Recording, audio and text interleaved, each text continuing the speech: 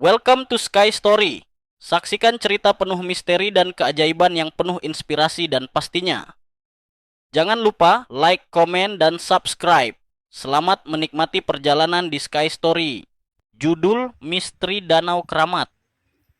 Di sebuah desa bernama Suralaga, tersembunyi di balik hutan rimba yang lebat, ada sebuah danau yang disebut warga sebagai Danau Keramat. Tidak ada yang berani mendekatinya setelah matahari terbenam. Konon katanya, danau itu dihuni oleh roh-roh yang haus jiwa, terperangkap di bawah permukaan air yang selalu tenang. Terlalu tenang untuk sesuatu yang hidup, namun larangan itu justru memancing rasa penasaran empat sahabat, Dina, Arman, Wati, dan Bima. Mereka mendengar cerita bahwa siapapun yang melempar batu ke tengah danau di malam bulan purnama akan melihat wajah mereka yang hilang. Mereka ingin membuktikannya sendiri. Perjalanan ke danau malam itu, bulan bersinar penuh, besar, dan menguning seperti mata monster yang mengintip. Mereka menyusuri jalan setapak di hutan dengan senter seadanya. Jantung berdebar-debar di antara suara hewan malam dan disir angin dingin. Setibanya di tepian danau, mereka berdiri terpaku. Air danau benar-benar rata seperti kaca. Tidak ada suara, tidak ada angin. Hening yang menyesakkan. Bima yang paling berani melemparkan batu pertama. Plup! Gelombang kecil menjalar. Mereka menunggu. Tiba-tiba wajah-wajah pucat bermunculan di permukaan air. Mata mereka kosong, mulut menganga, seolah ingin berteriak namun tak bersuara. Sontak mereka panik. Wati berteriak dan berlari ke dalam hutan. Dina dan Arman mengejar. Namun Bima tetap berdiri mematung di tepi danau. Matanya terpaku pada satu wajah di air, wajah dirinya sendiri. Kutukan dimulai, mereka akhirnya kembali ke desa, menggigil ketakutan. Tapi sejak malam itu, satu persatu dari mereka mengalami kejadian aneh. Wati ditemukan keesokan harinya di pinggir hutan. Tubuhnya kaku seperti batu. Matanya terbuka, lebar menatap kosong ke langit. Tidak ada tanda-tanda luka, namun tubuhnya membiru seperti mayat yang lama tenggelam. Dina mulai mendengar suara-suara dari kamar tidurnya setiap malam. Suara percikan air, diikuti bisikan pelan. Kamu sudah melihat kami, sekarang giliranku melihatmu. Arman bermimpi buruk setiap malam, melihat dirinya terjebak di bawah permukaan air, tidak bisa bernafas sementara sosok-sosok tanpa wajah menarik tubuhnya ke dalam. Sementara itu, Bima menghilang. Orang-orang hanya menemukan bekas telapak kaki basah menuju arah danau, lalu menghilang di tepiannya. Mengungkap kebenaran Dina dan Arman yang kini tinggal berdua mencari pertolongan dari seorang sesepuh desa, Mbah Karyo. Lelaki tua itu menceritakan rahasia kelam danau tersebut. Dulu, kata Mbah Karyo dengan suara serak, danau itu adalah tempat eksekusi. Para pemberontak dibuang hidup-hidup ke sana, diikat batu di kaki mereka, air menelan mereka. Tapi roh mereka tidak pernah bisa pergi karena darah yang tertumpah telah mengutuk tempat itu. Satu-satunya cara untuk menghapus kutukan adalah mengembalikan apa yang diambil, keberanian dan rasa hormat terhadap tempat itu. Mereka harus pergi ke danau, melemparkan benda berharga mereka sebagai persembahan, lalu meminta maaf. Ritual terakhir. Dengan rasa takut bercampur tekad, Dina dan Arman membawa cincin keluarga dan liontin kenangan mereka. Mereka tiba di danau saat fajar, saat kabut masih menggantung tipis di atas air. Mereka berdoa dengan tulus, lalu melemparkan benda mereka ke tengah danau. Air mulai beriak. Dari dalam kabut, mereka melihat Bima berdiri di atas air. Wajahnya hampa, mulutnya bergerak-gerak tanpa suara. Dina sambil menangis meminta maaf atas kesalahan mereka. Arman berteriak meminta ampunan bagi semua roh yang terperangkap. Perlahan, bayangan Bima dan wajah-wajah lain di danau mulai menghilang, tenggelam ke dasar. Air danau kembali tenang. Mereka berdua pingsan di tepian.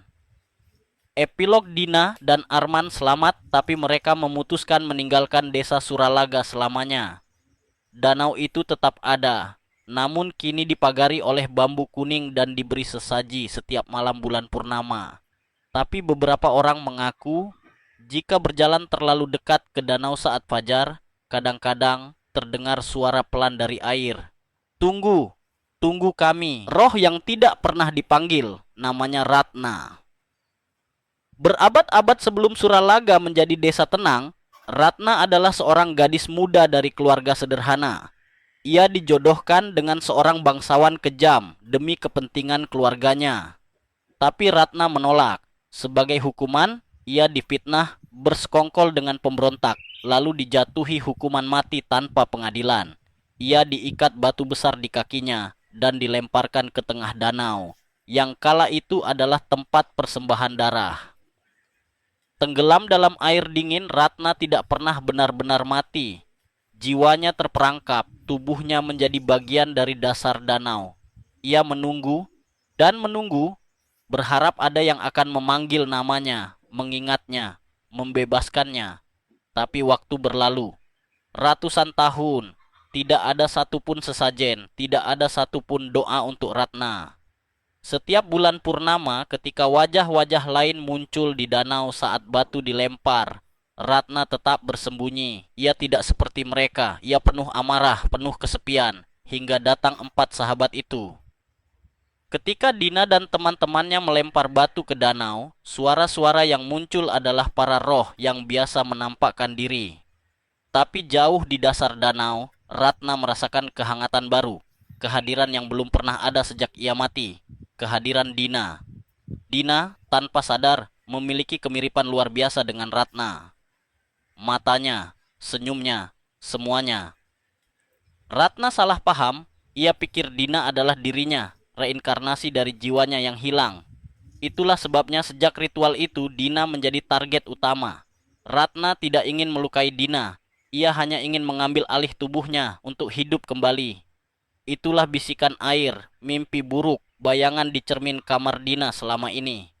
Itu adalah Ratna yang menunggu saat yang tepat untuk masuk ke dunia lewat tubuh Dina. Namun ritual permohonan maaf dan persembahan mengubah segalanya. Saat Dina dan Arman melemparkan benda berharga mereka dan meminta ampunan, sebagian besar roh kembali tenang. Tapi Ratna, yang tidak pernah dipanggil namanya, tidak pernah menerima permohonan ampunan. Ratna tetap terperangkap, ia kini sendirian, lebih marah dari sebelumnya. Epilog baru: tahun demi tahun berlalu. Danau itu menjadi lebih sepi. Tapi beberapa malam bulan purnama, warga desa mendengar suara seorang gadis menangis di tepi air. Orang-orang percaya itu adalah Ratna, roh yang tidak pernah dipanggil, tidak pernah dibebaskan, dan kini menunggu. Siapapun yang cukup bodoh untuk menyebut namanya di tepi danau. Dan jika ada yang berani, Ratna akan akhirnya mendapatkan tubuh baru. Dan dunia tidak akan pernah sama lagi. Panggilan untuk Ratna 30 tahun setelah insiden Dina dan Arman, desa Suralaga perlahan mulai terlupakan. Generasi muda tidak lagi percaya cerita-cerita horor lama. Mereka menganggap kisah Danau Keramat hanyalah mitos untuk menakut-nakuti anak-anak. Suatu hari, seorang mahasiswa jurusan antropologi, Nadia, datang ke desa untuk penelitian tugas akhirnya. Ia mendengar rumor tentang danau itu dari seorang penjaga warung tua yang setengah bercanda mengatakan, "Kalau mau ngerasain benar atau tidaknya cerita ini, coba aja sebut nama Ratna 3 kali di tepi danau." Nadia yang skeptis tertawa kecil. Malam itu, ditemani 2 temannya, Rapi dan Lila, Nadia menuju danau dengan perekam suara dan kamera. Mereka ingin merekam fenomena apapun untuk bahan tugas. Di bawah cahaya bulan setengah penuh, Nadia berdiri di tepi air. Tanpa ragu, ia berkata, "Ratna, Ratna, Ratna." Awalnya tidak terjadi apa-apa, tapi tiba-tiba udara menjadi dingin menggigit. Permukaan danau yang tenang mulai beriak kecil. Dari kejauhan, kabut putih tebal merayap di atas air. Lalu, dari tengah danau, muncul bayangan seorang gadis bergaun lusuh. dengan rambut panjang menutupi wajah. Lila berteriak panik dan berlari kembali ke hutan. Raffi mencoba mematikan kamera, namun alat-alat elektronik mereka semua mati total. Nadia, dia terpaku, matanya membelalak tak percaya. Gadis itu, sosok itu, melayang di atas air, perlahan mendekat. Dari sela rambutnya, terlihat senyum kecil, penuh dendam. Ratna telah mendengar panggilan itu, dan kali ini dia tidak akan membiarkan mereka pergi begitu saja. Kutukan baru keesokan harinya, penduduk desa menemukan tubuh Lila di tepi hutan. Tubuhnya kering seperti terisap habis cairannya. Raffi menghilang tanpa jejak, hanya meninggalkan jejak kaki menuju ke arah danau dan bercak lumpur merah. Nadia ditemukan beberapa hari kemudian, duduk membatu di pinggir danau, berbisik pelan berulang-ulang. Ratna, Ratna, Ratna. Ia tidak pernah pulih. Desa Suralaga kini kembali menjadi tempat terkutuk, lebih sunyi dari sebelumnya. Mereka bilang sekarang, siapapun yang memanggil nama Ratna, bahkan hanya satu kali, akan membuka pintu. Pintu bagi Ratna untuk masuk ke dunia manusia. Danau itu tidak lagi hanya sekadar danau. Ia adalah gerbang, gerbang Ratna. Ratna berjalan di dunia manusia. Setahun setelah hilangnya Nadia, Raffi, dan Lila, desa Suralaga berubah menjadi desa mati. Rumah-rumah kosong, sekolah ditutup, dan hanya beberapa penduduk tua yang tetap bertahan. Mereka yang terlalu tua untuk pindah atau terlalu takut untuk berbicara, mereka tahu Ratna telah bebas. Tapi Ratna tidak lagi terperangkap di danau. Ia berjalan di antara mereka. Penampakan pertama malam-malam panjang Suralaga dipenuhi kabut aneh. Anjing-anjing melolong tanpa henti. Orang-orang melihat sosok gadis bergaun basah, rambut panjang menutupi wajah, berjalan perlahan di jalan-jalan sempit. Setiap kali sosok itu melewati rumah seseorang, penghuni rumah tersebut ditemukan tewas keesokan paginya. Wajah membiru, mata terbuka seolah melihat sesuatu yang mengerikan. Tidak ada suara, tidak ada jejak kaki, hanya bau lumpur dan air busuk yang tertinggal.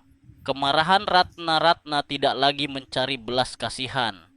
Berabad-abad kesepian dan ketidakadilan telah membentuknya menjadi roh penuh amarah. Setiap jiwa yang ia renggut, setiap kehidupan yang ia hisap memperkuat tubuhnya. Perlahan, Ratna menjadi lebih manusiawi, namun juga lebih jahat. Ia mencari sesuatu atau seseorang yang bisa sepenuhnya menggantikan tempatnya, seseorang untuk mengisi kekosongan di danau. Kedatangan orang luar sebuah tim penyelidik paranormal dari kota.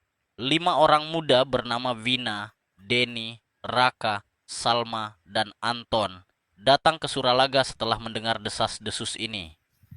Mereka berpikir ini kesempatan emas untuk membuat dokumenter viral. Mereka menyiapkan kamera, drone, dan alat perekam suara. Malam itu, mereka tidak tahu apa yang menunggu mereka. Pengejaran saat merekam di danau, kamera mereka menangkap sosok Ratna.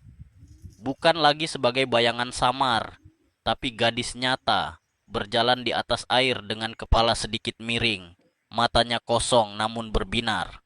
Drone yang terbang di atasnya mendadak meledak. Satu persatu, lampu kamera mati. Satu persatu, suara dari radio mereka berubah menjadi bisikan. Gantikan aku. Vina berlari tercepat, namun mendadak ia terseret masuk ke air, padahal dia jauh dari tepi danau. Denny mencoba menariknya, tapi tangan Vina lenyap di air tanpa bekas.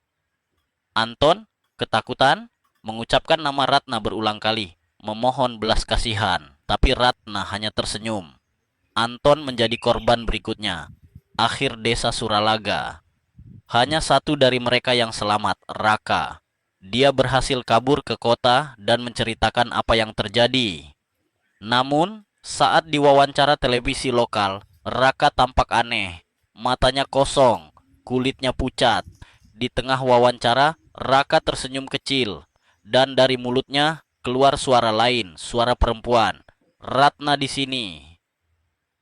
Ratna telah menemukan cara sempurna, tidak lagi membutuhkan danau, tidak lagi membutuhkan malam.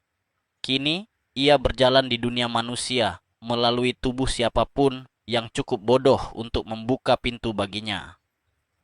Kutukan yang tak pernah berakhir. Setelah kejadian di desa Suralaga, berita tentang kutukan danau menyebar ke seluruh negeri. Namun, seiring waktu, kisah itu perlahan tenggelam di antara berita-berita lain, dianggap mitos lama yang dilebih-lebihkan. Desa Suralaga tetap ditinggalkan. Pemerintah mencoba mengubur sejarahnya, meratakan jalanan menuju danau, menanam hutan buatan di sekitarnya. Tapi sesuatu yang dibangun di atas kutukan tidak bisa menghapus akar kegelapan. Danau itu tetap ada. Airnya tampak lebih hitam, lebih pekat daripada sebelumnya. Mereka pikir dengan menghentikan orang datang ke sana, Ratna akan terkurung kembali. Mereka salah. Ratna tidak lagi membutuhkan danau itu.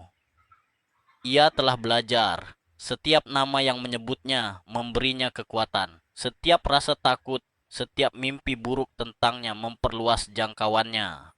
Setiap cerita tentang Ratna, ya bahkan cerita ini yang kau baca sekarang, adalah jalan baginya untuk keluar perlahan-lahan. Sekarang, Ratna berjalan bebas di antara kota-kota, menyamar dalam kerumunan. Terkadang ia berdiri di sudut jalan sepi, terkadang ia duduk di bangku taman di malam hari. Terkadang ia muncul dalam pantulan cermin, ia mencari orang yang cukup lemah, cukup takut untuk jadi rumah barunya. Dan jika malam ini, saat kamu memandang ke jendela atau bercermin dan melihat sosok di belakangmu yang tidak seharusnya ada, jangan panggil namanya. Jangan bisikkan Ratna meski hanya sekali. Atau ia akan tahu kamu membaca kisah ini.